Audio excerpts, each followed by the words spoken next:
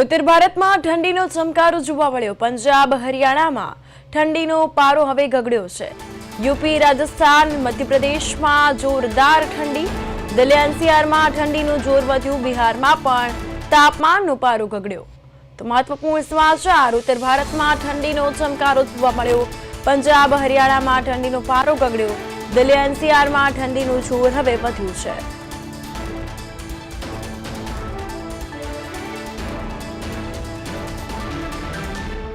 UP રાજસ્થાનમાં ઠંડીનું જોર વધ્યું। દિલ્હી એનસીઆરમાં પણ ઠંડીનું જોર વધ્યું છે। ખાસ કરીને જો વાત કરીએ તો બિહારમાં પણ તાપમાનનો પારો ગગડ્યો છે। આપ આ દ્રશ્યો જોઈ શકો છો ટીવી સ્ક્રીન પર કે જેના પરથી કહી શકાય કે ઠંડીનો પારો સતત ગગડ્યો છે અને સવારના સમયે ખાસ ધુમ્મસભર્યું વાતાવરણ જોવા મળે છે। પંજાબ હરિયાણામાં પણ ઠંડીનું જોર વધ્યું છે। સાથે યુપી રાજસ્થાન અને મધ્યપ્રદેશમાં પણ જોરદાર ઠંડી જોવા મળી।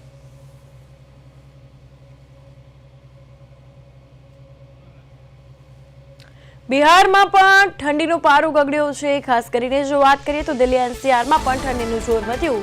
ઉત્તર ભારતમાં ઠંડીનો ચમકારો જોવા મળ્યો છે।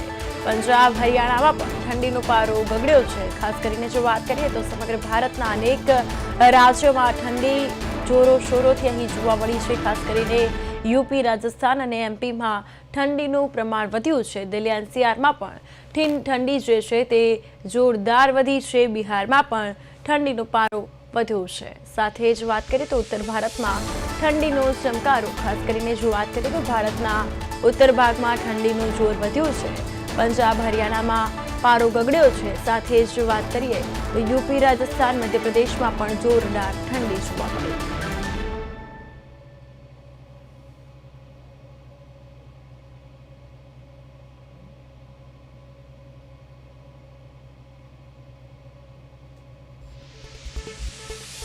આ સાથે વધુ માહિતી માટે અમારા સંવાદદાતા હિમાંશુ ફોન લાઈન પર જોડાઈ ગયા છે। હિમાંશુ, ખાસ કરીને જો વાત કરીએ તો ભારતમાં ઠંડી તો હાલ જોવા જ મળી છે। સાથે જ વાત કરીએ તો ઉત્તરના ભાગ જે છે ઉત્તર ભારતમાં તેમાં વધારે ઠંડીનું પ્રમાણ વધ્યું છે। દિલ્હી એનસીઆરમાં પણ ઠંડીનું જોર વધ્યું છે। શું વધુ અપડેટ્સ?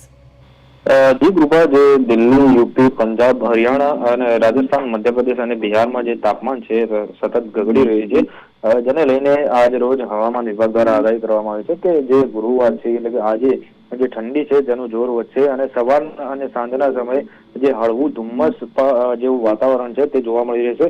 અને બુધવારે દિલ્હીમાં સવારે 8 ડિગ્રી સેલ્સિયસે જે પારો હતો તે નોંધાયો હતો અને જે ઠંડી સાથે દિલ્હીમાં જે વધતું પ્રદૂષણ હતું તેના કારણે જે લોકો છે તેના માટે જે શ્વાસનું છે તે સંકટ બની ગયું હતું।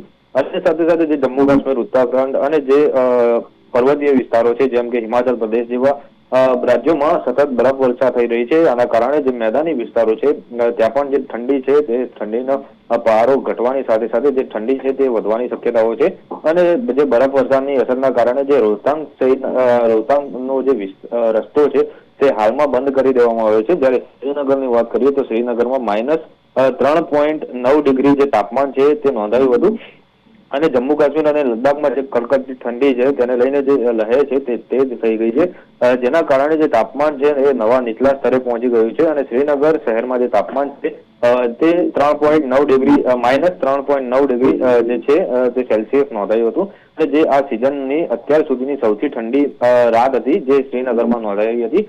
ગુલમર્ગ સહિત જે ઘાટીના ઊંચાઈવાળા જે વિસ્તારો છે ત્યાં ઘણી વખત જે હળવાથી મધ્યમ સ્તરની જે બરફવર્ષા છે તે શરૂ થઈ ગઈ છે। અને જો કે શ્રીનગર સહિત જે ઘાટીના નીચલા વિસ્તારોમાં છે હજુ સુધી બરફ જે પડવાની જે શરૂઆત છે તે હજુ સુધી થઈ નથી। જી બિલકુલ હિમાંશુ, ખાસ કરીને જો વાત કરીએ તો ઉત્તર ભારતમાં ઠંડીનું પ્રમાણ વધ્યું છે ત્યારે આપણે પૂછવા માંગીશ કે આગામી હજુ કેટલા સમય સુધી આ ઠંડીનું જોર યથાવત રહેશે?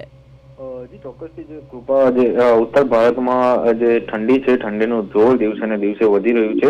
અને કહી શકાય કે જે દિલ્હી, યુપી, પંજાબ અને હરિયાણા, રાજસ્થાન, મધ્યપ્રદેશ સહિત જે ઉત્તર ભારતના જે રાજ્યો છે ત્યાં જે તાપમાન છે તે ઘટી રહ્યું છે સતત ને સતત, જેના કારણે ત્યાં ઠંડી છે ઠંડીનો જે ચમકારો છે લોકો અનુભવી રહ્યા છે। અને આજે જે હવામાન વિભાગ દ્વારા જે આગાહી કરવામાં આવી છે કે ડિસેમ્બર મહિનાના મધ્યથી જે છે ઠંડીનું જોર એટલે કે અતિશય વધી જશે અને જેના કારણે જે ઉત્તર ભારતમાં રહેતા લોકો છે તે ઠંડીના ઠૂંઠવાઈ જશે। જી બિલકુલ હિમાંશુ, ખાસ કરીને જો વાત કરીએ તો યુપી, રાજસ્થાન અનેક રાજ્યોમાં ઠંડીનું જોર જોવા મળ્યું છે, ત્યારે ગુજરાત વિશે આપણે પૂછવા માંગીશ કે ગુજરાતમાં આગામી કેટલા સમયમાં ઠંડીનું જોર વધશે અને તેને લઈને કઈ આગાહી? જી ચોક્કસથી જે ગુજરાતની વાત કરીએ તો હવામાન વિભાગ દ્વારા જે આગાહી કરવામાં આવી છે, જેને લઈને આગામી જે દિવસો છે તે દરમિયાન જે દિવસે ને દિવસે જે ઠંડીનું જોર છે તે વધતું જશે અને જે ઠંડી છે ઠંડીના કારણે જે અત્યાર સુધીમાં જે તાપમાન છે તે દિવસે ને દિવસે ઘટતું જોવા મળી રહ્યું છે. આપણે જોયું કે અમદાવાદ, ગાંધીનગર અને સહિત નલિયા જેવા જે જિલ્લાઓ છે, શહેરો છે, ત્યાં તાપમાનનો જે પારો છે દિવસે ને દિવસે ઘટી રહ્યો છે. જી બિલકુલ હિમાંશુ, તમામ માહિતી બદલ આપનો આભાર.